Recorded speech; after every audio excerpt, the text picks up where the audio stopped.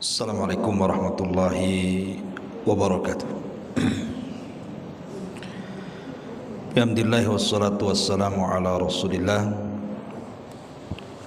wa ala alihi wa sahbihi wa mawalah wa la hawla wa la quwata illa billahi wa ba'du. Alhamdulillah, segala puja dan puji hanya milik Allah subhanahu wa ta'ala. Salawat dan juga salam kita hadiahkan kepada Rasul kita Nabi besar Muhammad sallallahu alaihi wa ala alihi wasallam. Alhamdulillah, di pagi menjelang siang ini kembali kita duduk untuk bertalabul ilmi, dan kita masih masuk pada pembahasan dosa-dosa besar. Dan hari ini kita akan membahas dosa besar yang ke-63, at-tiyarah ataupun menganggap sial.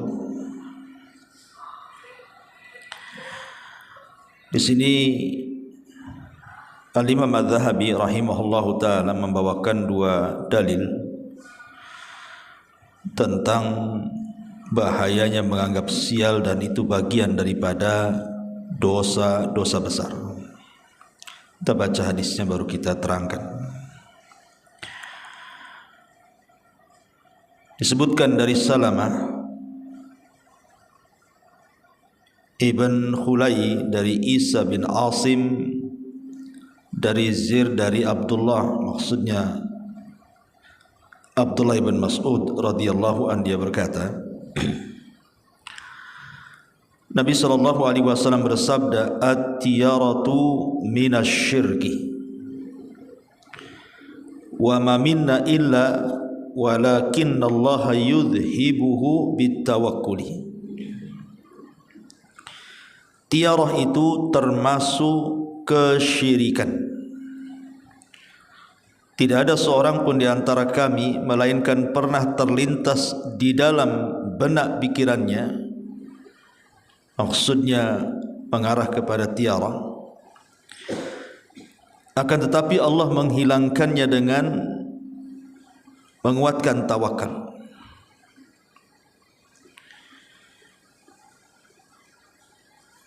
Kemudian di sini Sulaiman ibn Harb berkata, tidak ada seorang pun di antara kami, maksudnya yang tidak terlintas dalam pikirannya at-tiyarah, artinya semua orang pernah terlintas, tetapi itu bisa dihilangkan dengan tawakal. Kemudian hadis yang kedua, Nabi sallallahu alaihi wasallam mengatakan, la adwa wa la tiyarata wa uhibbul fa'la. Qila ya Rasulullah wa mal fa'lu? Qala kalimatun thayyibatun. Tidak ada penyakit menular, tidak ada kesialan, dan aku sangat kagum dengan sikap optimis. Kemudian para sahabat mengatakan, apa yang dimaksud sikap optimis itu? Maka Nabi SAW mengatakan kata-kata yang baik. Taib. Apa itu tiyarah? Kenapa dianggap dosa besar? Apa penyebabnya dan bagaimana cara mengobatinya? Ma'asyiral muslimat yang dimuliakan Allah subhanahu wa ta'ala, tiyarah itu artinya seseorang menganggap sial sesuatu. Jadi at-tiyarah itu menganggap sial atau buruk terhadap sesuatu, baik sesuatu itu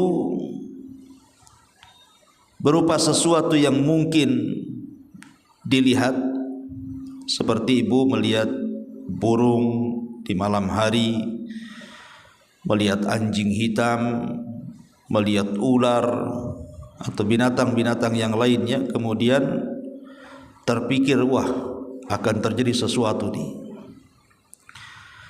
Atau sifatnya sesuatu yang didengar. Tiba-tiba ibu mendengar ringkikan kuda, atau mungkin suara burung hantu ibu dengar, ataupun suara angin, atau suara apapun. Kemudian terbenak dalam hatinya, pasti akan terjadi sesuatu. Ataupun mungkin ibu mimpi.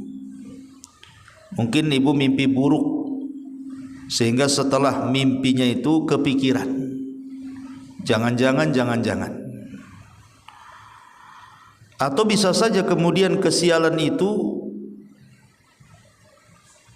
karena sebuah angka, seperti umpamanya angka 4, angka 13, angka 33, itu dianggap sial. Ataupun mungkin menganggap sial itu dengan hari, bulan ataupun tahun. Seperti yang ma'ruf di masyarakat itu, kadang-kadang orang kalau mau kawin, kadang tanya hari kan, tanya bulan dan tanya tahun. Jangan sembarang ngambil hari, ngambil bulan dan ngambil tahun, nanti sial katanya. Itu terkadang juga at-tiyarah itu atau tatayyur itu bisa berupa hari, bulan ataupun tahun. Ataupun mungkin boleh jadi dengan melihat orang. Entah ibu jalan kemana, nampak lihat orang serem gitu ya, hitam, nampak garang dan begitu seterusnya. Terus ibu kepikiran gara-gara lihat orang tuh. Karena di zaman dulu juga ada, di mana ketika terjadi paceklik dan kemiskinan di zaman Fir'aun, mereka menganggap bahwa paceklik ataupun kekeringan dan kemiskinan itu dikarenakan Nabi Musa. Jadi Nabi Musa itu dianggap membawa sial. Bagaimana Allah Subhanahu wa taala mengatakan, fa idza ja'atkumul hasanatu qalu lana hadhi wa in tusibhum sayyi'atun tatayyaru bi Musa wa man ma'ah. Apabila datang kepada mereka kemakmuran, mereka berkata itu adalah karena usaha kami. Dan jika mereka ditimpa kesusahan, mereka melemparkan sebab kesialan itu kepada Nabi Musa dan orang-orang yang bersamanya. Jadi ada orang-orang itu yang menganggap orang lain itu pembawa sial. Ini juga termasuk tatayyur, ya. Atau seperti tadi, tidak jadi umpamanya bangun rumah karena ini bulan sial, bulan Muharram. Tidak jadi usaha karena ini bulan sial, bulan Muharram. Ini di dalam Al-Qur'an termasuk istiqsam bil azlam namanya. Bagaimana Allah mengatakan dalam surah Al-Maidah itu, wa antaqtasimu wa antastaqsimu bil azlami dzalikum fisq. Dan diharamkan pula mengundi nasib. Jadi mengundi nasib dengan cara azlam ini haram, dan termasuk di dalamnya juga ya tadi menggagalkan bisnis karena sebuah keyakinan bulannya enggak benar, tahunnya enggak benar, harinya enggak benar, padahal hari, bulan ataupun tahun itu sama saja. Bahkan yang mencelanya sama dengan mencela Allah Subhanahu wa taala, karena Allah yang mengatakan dalam hadis qudsi itu, la tasubbu dahra fa innama ana dahrun. Jangan kalian cela masa, cela waktu, karena aku yang membolak-balikan ada waktu itu. Ma'asyiral muslimat yang dimuliakan Allah Subhanahu wa taala. Jadi intinya pembahasan kita ini, at-tiyarah ini, menganggap sial ini. Kenapa menganggap sial ini dikategorikan dosa besar? Bahkan dikategorikan sebuah kesyirikan. Ada dua hal yang melatar belakangi kenapa tiyarah ini dianggap syirik atau dianggap dosa besar. Pertama, Karena orang yang suka tatayur menganggap sesuatu itu sial, entah sesuatu itu yang dilihat, yang didengar, yang dimimpikan, atau angka, atau hari, atau orang gitu ya. Kenapa itu sampai kemudian dianggap syirik dan masuk dosa besar? Karena orang tatayur itu hakikatnya memutus tawakal, hilang tawakal dalam hatinya. Dia tidak yakin dengan Allah Subhanahu wa ta'ala. Ketika hilang tawakal, akhirnya menyandarkan kepada selain Allah, menyandarkan kepada selain Allah Azza wa Jalla. Ini yang pertama. Yang kedua, tatayur itu menyandarkan kepada sesuatu yang tidak ada hakikatnya. Kalau saya boleh katakan, orang tatayur itu lagi menghayal, lagi melamun. Malam-malam tengok gagak atau dengar suara gagak, wah ada orang mati nih. Ini kan menghayal, Bu. Enggak ada hakikatnya. Kematian itu milik Allah Subhanahu wa ta'ala. Kullu nafsin dha'iqatul maut, setiap jiwa itu pasti disentuh kematian. Tidak mesti datang burung gagak, atau mendengar suara gagak, atau melihat hewan-hewan yang menakutkan. Tidak ada urusan kematian dengan melihat itu. Banyak orang enggak melihat gagak mati kok. Karena kematian itu idza jaa ajaluhum la yastakhiruna sa'atan wa la yastaqdimun. Tidak mungkin dimajukan, tidak mungkin dimundurkan, pas waktunya kalau kematian itu datang. Inilah dua perkara kenapa at-tatayyur atau tiarah ini menganggap sesuatu itu mendatangkan kesialan, termasuk syirik dan dosa besar. Saya ulangi, karena pertama hakikatnya dia memutus tawakal dan bersandar kepada selain Allah. Yang kedua, menyandarkan kepada sesuatu yang tidak ada hakikatnya, atau dengan kata lain sedang menghayal dia. Sehingga di sini terjadi dua kesyirikan. Pertama, syirik dalam ibadah.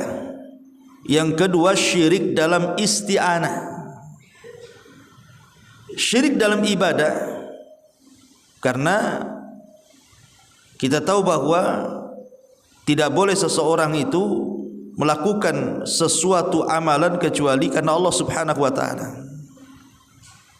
Dan syirik dalam isti'anah, meminta pertolongan, karena kita dilarang tidak boleh meminta pertolongan kecuali kepada Allah Azza wa Jalla. Lah orang tatayur ini membatalkan dua-duanya tuh. Contoh umpamanya ada orang menikah. Nikah ini kan ibadah, Bu. Nikah ini ibadah. Tiba-tiba tidak jadi nikahnya tuh. Alasannya apa? Karena menganggap harinya sial, bulannya sial. Berarti di sini terjadi kesyirikan dalam ibadah. Atau umpamanya udah nikahnya menurut orang pinter, bulan ini, bulan itu. Berarti hakikatnya kita ibadah itu mengikuti kehendak orang yang dianggap pintar. Boleh juga para dukun. Kemudian yang kedua, syirik dalam isti'anah, meminta pertolongan kepada selain Allah. Seolah-olah kemudian hari-hari tersebut, bulan-bulan tersebut itu mendatangkan sial, sehingga dia harus meminta pertolongan kepada makhluk selain daripada Allah Azza wa Jalla. Datang ke dukun, datang ke paranormal, hanya menanyakan hari baik, bulan baik, dan tahun baik. Ma'asyiral muslimin, muslimat yang dimuliakan Allah Subhanahu wa ta'ala. Orang tatayur itu, Bu, itu tidak lepas daripada dua perkara. Orang tatayur itu tidak lepas dari dua perkara. Pertama, mengikuti tatayurnya dan meninggalkan amal. Yang kedua, atau mungkin melakukan sebuah amalan yang dikehendakinya tapi ragu-ragu, hatinya gelisah, takut terjadi sesuatu. Contohnya orang-orang Arab jahiliyah, apabila mereka hendak safar dalam rangka berniaga ke Syam ataupun ke Yaman, kebiasaan mereka itu biasanya menerbangkan burung, Bu. Itu kalau burung arahnya ke Yaman, mereka akan berangkat. Karena kalau burung mengarah ke Yaman itu artinya membawa hoki, membawa keberuntungan, berangkat mereka. Tapi kalau burung itu diterbangkan tiba-tiba ke arah Syam, maka tidak jadi berangkat, Bu. Karena Syam itu disebut Syam karena dari tasya'um, membawa sial. Lah itu disebut tatoyur tuh. Orang-orang jahiliyah suka tatoyur kayak gitu, tidak jadi jualan, nggak jadi berdagang hanya gara-gara mengikuti arah terbangnya burung. Kalau ke Yaman berangkat, kalau tidak ke Yaman arah terbangnya apalagi ke Syam, tidak jadi itu.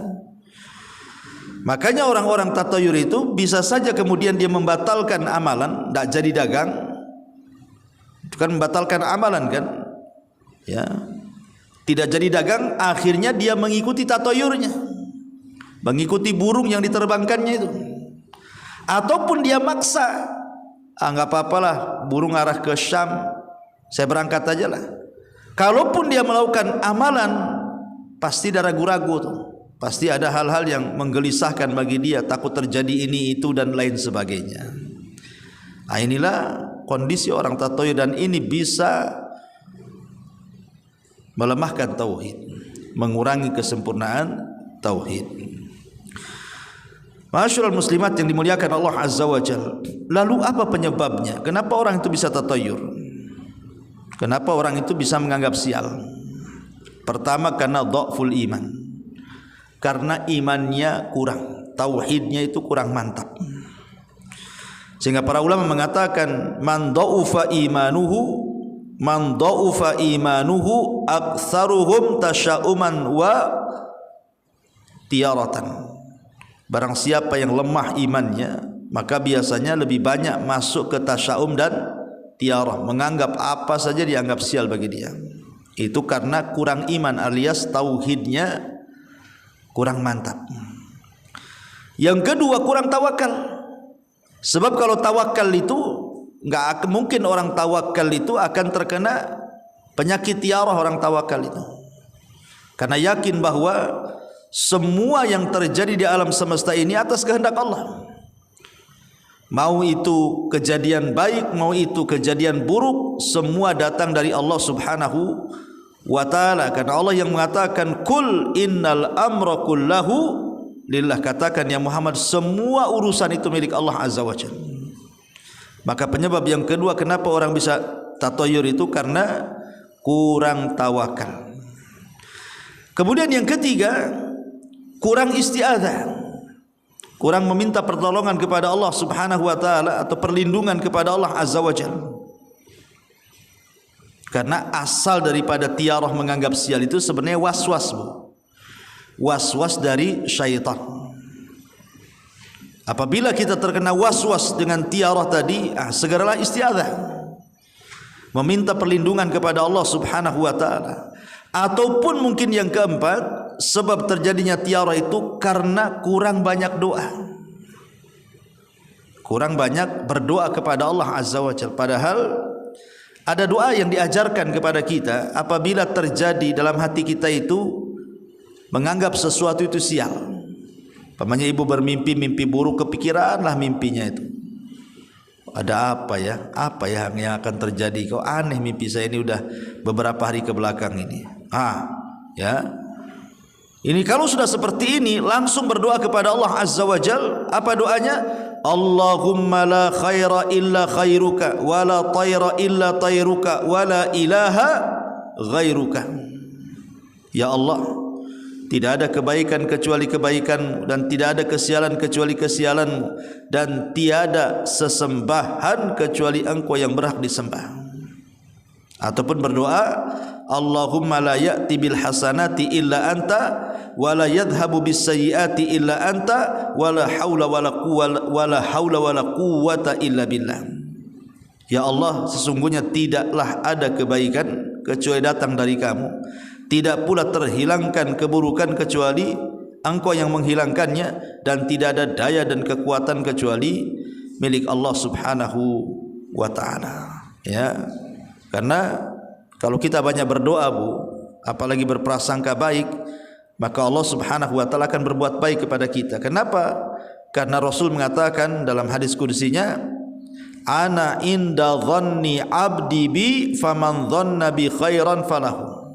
Saya ini bersangka prasangka hambaku, kata Allah, maka siapa yang dia berprasangka baik, aku akan baik kepadanya. Kemudian juga yang nomor 5, boleh juga terjadi tatayur itu karena kurang menerima takdir, kurang kuat beriman dengan takdirnya. Padahal kita tahu bahwa segala sesuatu itu tidak lepas dari takdir Allah Subhanahu wa taala. Bukankah Rasul yang mengatakan takdir itu khairuhu wa syarruhu? Ada yang baik, ada yang tidak baik. Inilah 6 atau 5 perkara yang menjadikan penyebab orang itu tatayur. Saya ulangi secara singkat. Karena kurang tauhid atau kurang iman. Yang kedua, kurang tawakal. Yang ketiga, kurang isti'adzah, meminta perlindungan kepada Allah. Yang keempat, kurangnya berdoa, malas untuk berdoa dengan doa yang diajarkan Rasul untuk menghilangkan tiara ini. Dan yang terakhir, kurangnya beriman dengan takdir. Padahal semua tidak mungkin terjadi kecuali dengan takdir Allah Subhanahu wa taala. Berarti obatnya kebalikannya, Bu. Obat tatayur ini kebalikan dari 5 perkara ini. Pertama, kuat tauhidnya, kuat imannya. Maka orang yang kuat tauhidnya dan kuat imannya, insya Allah tidak mungkin tatayur. Tidak mungkin orang itu menganggap sial sesuatu. Yang kedua, tawakalnya kuat. Tawakalnya kuat. Terserah burung mau ngarah ke sana kemari, terserah. Gak ada urusan dengan bisnis saya. Jangan berhenti gara-gara terbang burung. Jangan berhenti gara-gara tengok ular. Jangan berhenti gara-gara tengok anjing hitam. Jangan berhenti karena ini itu. Tawakal aja, bismillahi tawakkaltu 'ala Allah. Kemudian yang nomor 3, perbanyak isti'adzah.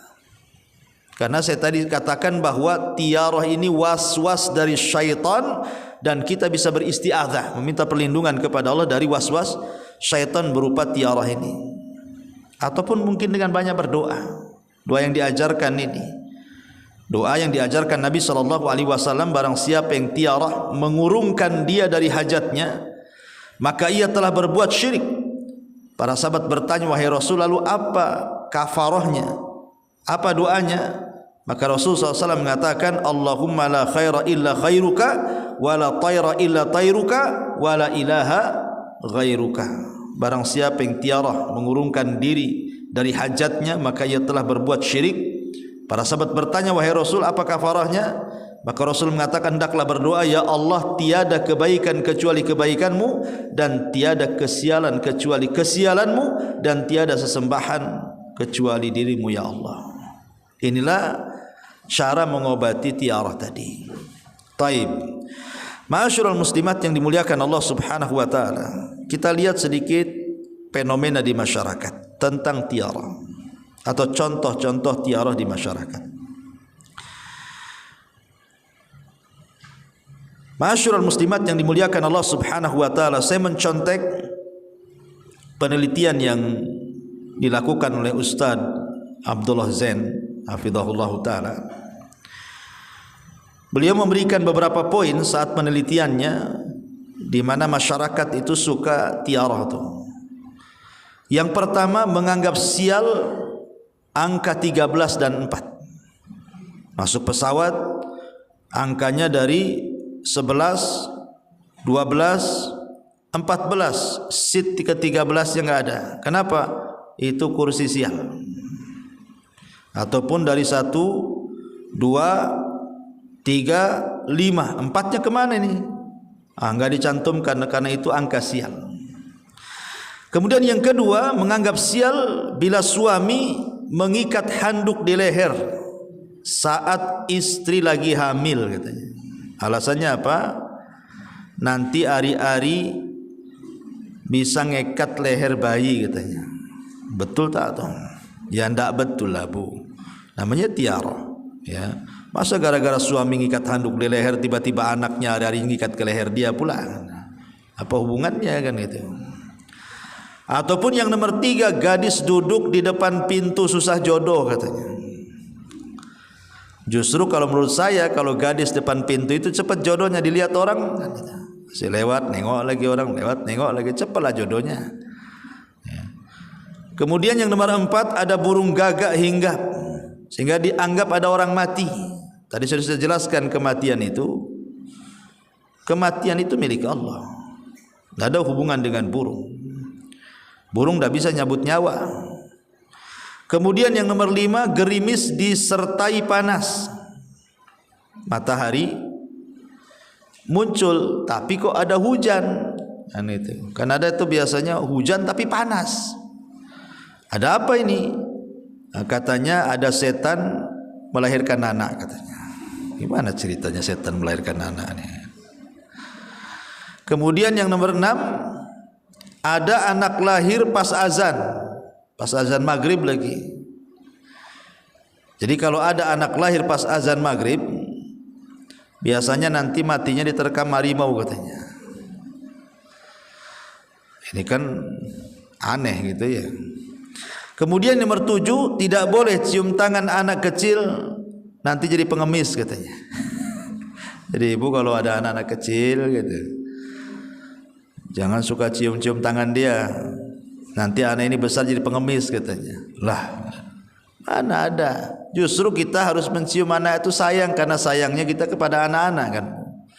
Kok ditakut-takuti jadi pengemis pula? Yang enggak nyium anak aja banyak pengemis kok. Ya. Kemudian juga meninggal di hari Sabtu. Kalau ada orang meninggal di hari Sabtu, itu nyusul nanti saudaranya tuh. Nah, nanti ibu kalau hati-hati itu.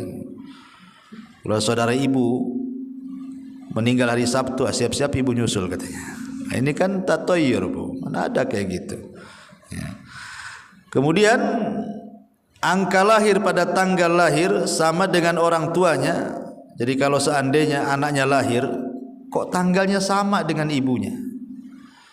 Waktu ibunya lahir gitu juga segitu tanggalnya. Anak ini lahir kok sama pula dengan ibunya. Katanya biasanya nanti kalau sudah besar nih bu, itu jadi saingan tuh. Nanti bertengkar tuh anaknya sama ibunya tuh. Tidak ada hubung kait ini. Kemudian juga ada gadis makan sayap ayam. Jadi kalau ada gadis nih belum nikah, jadi kalau makan tuh sukanya sayap aja itu. Yang dipesan KFC sayap, semua sayap. Pokoknya suka makan sayap lah. Nah, biasanya bu, kalau ibu punya anak gadis suka makan sayap ayam, nanti kalau kawin bu, itu dibawa kabur suaminya tuh. Dibawa kabur, dibawa terbang katanya, nggak akan hidup serumah lagi, jauh susah nanti ininya nemui dia katanya. Lah ini gimana ya? Ini kan keanehan bu. Ya, di masyarakat ya, ini sebagian kecil lah tatayur seperti ini. Ya, mungkin di tempat-tempat daerah itu ada lain lagi ya ceritanya kan. Tapi yang jelas bahwa 10 tatayur ini yang disebutkan beliau hafizahullah taala di sini, tentu ini kesyirikan. Bahkan Imam Zahabi memasukkan bagian daripada dosa besar. Dosa besar tidak boleh. Karena tadi sudah saya jelaskan kenapa dosa besar dan kesyirikan. Satu, karena menghilangkan tawakal kepada Allah Subhanahu wa taala. Ya, mau tidak mau dia menghilangkan tawakal tuh. Atau yang kedua, menyandarkan sesuatu kepada hayalan, tidak ada hakikatnya. Ya contoh tadi, suami kalau mandi suka ngikat di leher, nanti anak bayinya lehernya kelilit ari-ari, kan menghayal bu. Mana ada medis dokter kayak gitu? Apa hubungan handuk di leher bapak dengan ari-ari bayi kan? Kan menghayal, itu sesuatu yang tidak ada hakikatnya. Makanya mengurangi tauhid di sini. Lah masyarul muslimat yang dimuliakan Allah, itulah yang disebutkan di sini kata pengarang, at-tiyaratu minasyirki wa ma minna illa walakinallaha yudhibu bitawakkul. Tiarah itu termasuk kesyirikan. Tidak ada seorang pun di antara kami melainkan pernah terlintas dalam pikirannya mengarah kepada tiarah, akan tetapi Allah menghilangkan dengan tawakal. Ya. Kemudian di sini hadis Nabi SAW, la adwa, tidak ada penyakit yang menular. Kalimat la adwa itu artinya tidak ada penyakit yang menular. Apa maksudnya tidak ada penyakit yang menular itu? Masyarul muslimat yang dimuliakan Allah Subhanahu wa taala, maksud daripada tidak ada penyakit yang menular ini, la adwa.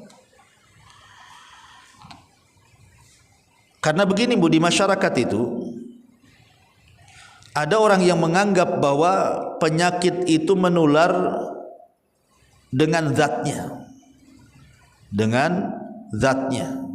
dan itu keyakinan orang jahiliyah, Bu. Jadi orang-orang jahiliyah itu mereka menganggap bahwa segala penyakit itu menular dengan sendirinya, tidak ada hubung kait dengan Allah di dalamnya. Lah tentu keyakinan ini batil, Bu. Ya. Kenapa? Karena yang menularkan atau tidak menularkan penyakit itu hanya Allah. Bukan penyakit itu sendiri yang menularkan dirinya kepada orang lain.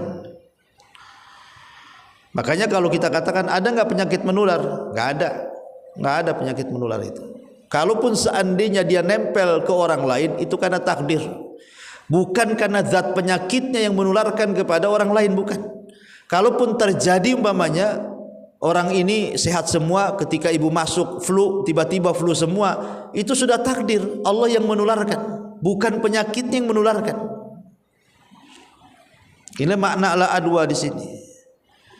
Makanya ada hadis Nabi SAW, janganlah mencampurkan unta yang sakit ke unta yang sehat. Maknanya larangan mencampurkan unta sakit, anggaplah kudis gitu ya, unta kudis atau yang semacamnya dengan unta yang sehat, karena pencampuran tersebut terkadang menyebabkan adanya perpindahan penyakit dari satu unta ke unta yang lainnya. Tapi penyakit itu dia berpindah dari satu unta ke unta yang lainnya itu biiznillah, karena ada izin dari Allah. Kalau Allah Subhanahu wa taala tidak mengizinkan, enggak akan menular. Kalau Allah izinkan loh menular, kalau Allah tidak izinkan tidak menular. Jadi semuanya kembali kepada Allah Subhanahu wa taala. Makanya dalam sebuah hadis juga Rasul mengatakan, menjauhlah dari penyakit kusta sebagaimana menjauhnya engkau dari singa, kata Rasul. Karena bagaimanapun mencampurkan orang yang sakit kusta dengan orang sehat kadangkala menyebabkan penularan penyakit. Dan orang sakit ke yang lain, yang sehat bisa saja nempel, ya. Tetapi maksudnya di sini, kalaupun terjadi penularan itu bukan karena zat penyakitnya yang berpindah, tapi karena memang sudah ditakdirkan orang ini harus punya penyakit dengan penyakit yang sama yang ditularkan orang ini kepada dia. Bisa dipahami ya, Bu ya. Jadi bukan zat penyakitnya yang menular, tetapi Allah yang menghendaki penyakit itu pindah kepada orang lain. Sebab kalau seandainya kita katakan penyakit itu menular, ini kan kesannya penyakit yang menular kan, Bu. Seolah-olah tidak ada campur tangan Allah di situ. Hati-hati itu penyakit menular tuh, jangan dekat-dekat. Seolah penyakitnya yang menularkan penyakit itu. Jangan, tidak ada penyakit yang menular. Tidak ada penyakit yang menular. Kalaupun dia menular itu bukan karena penyakitnya, tapi karena takdir Allah Subhanahu wa taala. Itulah makna la adwa. Kemudian di sini wala tiyarata, dan juga tidak boleh at-tiyarah. Tidak boleh at-tiyarah, tadi saya ulangi, maksudnya tidak boleh seseorang itu menganggap sial, mudah menganggap sial gara-gara melihat, gara-gara mendengar, gara-gara bermimpi, gara-gara lihat orang, ya kan? Mungkin ibu lihat kawannya gitu kan, nampaknya bos sial orang ini. Nggak boleh, Bu, nggak ada orang bos sial, ya. Kan ada orang yang kemudian lihat orang itu langsung, aduh datang orang ini nih. Kenapa dengan ibu? Biasanya kalau dia datang tuh bos sial tuh. Nah ini nggak boleh, Bu ya kan, nggak ada orang bos sial itu, ya. Jadi ini juga termasuk juga tiarah tuh, ya. Wala tiarata itu masuk tuh nganggap orang sial. Ataupun tadi sebutkan angka, hari, bulan, tahun, dan perbuatan tertentu, nah, dan begitu seterusnya. Makanya Rasul mengatakan wala tiarata, tidak ada tiarah, tidak ada sial-sial, tidak ada, ya. Wa uhibbul fa'lah, kata Rasul, tapi aku cinta sebagai obat. Rasul ingin jelaskan obatnya tiarah itu apa? Al-fa'lu, supaya kita jangan mudah bertiarah adalah al-fa'lu. Ketika sahabat bertanya apa itu al-fa'lu ya Rasulullah, kalimatun thayyibatun, kalimat yang baik. Ibu mendengar suara gagak di malam hari. Ibu katakan, tidak ada apa-apa, biasa mungkin ya gagak lewat, ya gitu saja, nggak dikait-kaitkan dengan sial. Ya mudah-mudahan bawa kebaikan gitu. Ibu lagi jalan naik motor, di tengah jalan ada ular lewat, kan itu. Ada apa ya? Ada apa ya? Was-was tuh Bu. Kalau takut tidak apa-apa, namanya takut ular kan itu. Tapi kalau dikait-kaitkan dengan mistik ya, dengan hal-hal yang gaib, aduh, jangan-jangan nih. Gara-gara ular itu kepikirannya 2 hari itu Bu. Ketika kemudian betul-betul datang debt collector Bu, apa gara-gara nengok ular itu aku ditagih utang? Nggak ada hubungan Bu, memang kalau punya utang harus dibayar lah, bukan karena tengok ular ya. Jadi jangan seseorang itu kemudian mengait-ngaitkan perkara-perkara sial dengan yang dilihat, tetapi katakanlah ucapan yang baik, optimis, nggak ada apa-apa lah, nggak ada apa-apa. Umpamanya ibu mimpi nih, mimpi nggak enak betul, mimpi jatuh dari ketinggian, mimpi diterkam harimau, mimpi dipatuk ular, macam-macam lah pokoknya menakutkan lah, mimpi jatuh dari jurang umpamanya. Mimpi itu Bu, itu ada 3. Pertama dari setan. Itulah yang dari setan tuh. Mimpinya buruk, semua itu dari setan. Kalau mimpi dari setan tidak mungkin terjadi dan tidak mungkin ada kenyataannya. Ingat tuh, tidak mungkin terjadi dan tidak mungkin ada kenyataan, itu hanya mimpi saja. Sehingga tidak perlu ditatoyurkan, tidak perlu dianggap-anggap sial. Anggap nggak ada apa-apa, itu bunga-bunga tidur saja, karena itu dari setan. Yang kedua, mimpi karena banyaknya berpikir Bu, banyaknya mikir, akhirnya ke bawah mimpi. Ya, jadi ibu itu mungkin utangnya terlalu banyak, nggak bisa bayar, kepikiran sampai ke bawah mimpi Bu. Sampai orang nagih utang itu dalam mimpi itu. Jadi ada orang yang saking banyaknya berpikir dibawa pula ke mimpi. Ini pun sebenarnya jangan terlalu dipikirkan, tidak mungkin terjadi juga. Ya kalaupun terjadi kemudian tiba-tiba habis bangun tiba-tiba ada yang mengetukkan, Assalamualaikum, salam. Rupanya mau nagih uang, barusan tadi mimpi. Ketika terbangun rupanya betul, itu sebenarnya nggak ada urusan karena banyak terpikir aja, akhirnya ke bawah mimpi. Memang hari itu ibu harus bayar utang. Ini yang kedua. Yang ketiga, mimpi yang baik. Lah mimpi yang baik ini insya Allah bisa terjadi dengan kita minta kepada orang yang baik dengan kita untuk ditakwilkan. Jangan mentakwilkan kepada musuh kita. Nanti mimpi baik pun jadi jelek tuh takwilnya. Ya ditakwilkan ke orang-orang yang baik yang percaya dengan kita. Nanti mudah-mudahan ditakwilkan baik, diaminkan dan diaminkan para malaikat. Jadi itulah yang supaya kita tidak tatoyur. Kata Nabi SAW solusinya adalah qala kalimatun thayyibatun. Optimis itu artinya kalimat yang baik.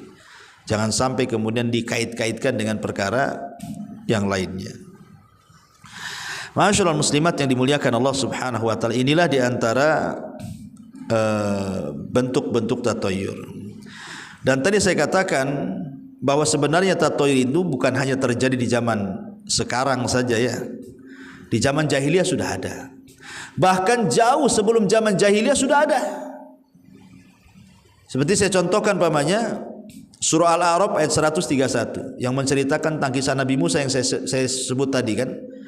Fa idza ja'atkumul hasanatu qalu lana hadi.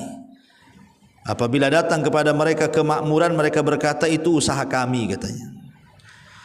Wa in tusibhum sayyi'atun yatatayyaru bi Musa wa man ma. Tapi kalau datang kesulitan, kesusahan, mereka melempar sebab kesialan itu kepada Nabi Musa dan orang-orang beriman bersamanya. Jadi di zaman Nabi Musa sudah ada tuh.